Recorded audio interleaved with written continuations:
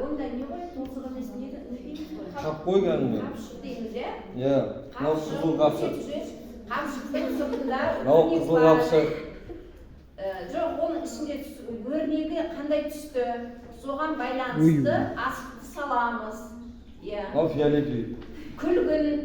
Күлгін, иә. Күлгін емес, сары емес. Жоқ емес. Сары ғой?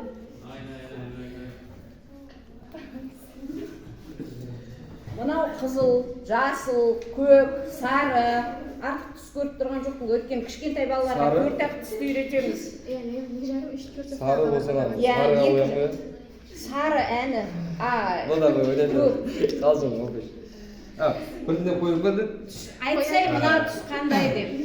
Құрметті аудиториядағы студенттер, дәл қазір мен қолымда қызыл түсті асықтасын ұстап алған. Жалпы қызыл түсті мен қызыл қапшыққа саламын. Дұрыс қой? Иә. Одан кейін менде салмас едім. Көшек. Салып ютубқа шығарып жіберсем. Қолымда менің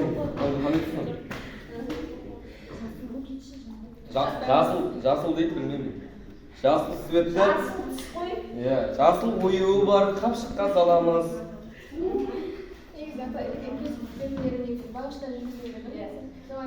Енді қандай түсті асыған ау? Сары. Түсті жатқан жіберсе? Ойлайды абай. Сары түсті. Сары түсіне сары қапшыққа саламыз. Оюы бар, как положено. Мынау да сол ғой енді. Шатаспайды ғой. Енді игіге. Екеуі көк пен қызыл қалды дейді ғой. Қайда қоямыз дейді. Қалдан саласың. Балар қайда қоямыз? Реңдерді шатты. Болмас асығын кемдір. Ай. Ой, өлімді. Жаңағыдай дұрыс қой шатасуы мүмкін, иә бала? Иә, мен сол ойланып тұрмын ғой. Иә, сол сәйкестендіреміз. Барамыз да, мына түспенен, оюмен асықты сәйкестендіреміз. Міне келе ма? Келмейді. Яғни қайсысы келеді? Анда мақтау етпейді ме сондай қолдарға кетеді? Жарайсың. Отыра қой. Жақсы рахмет.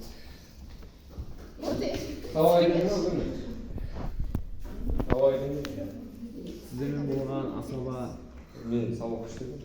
локомотив. Мынаны қалай ойнау керек енді? Емесеп ойнау керек. Ал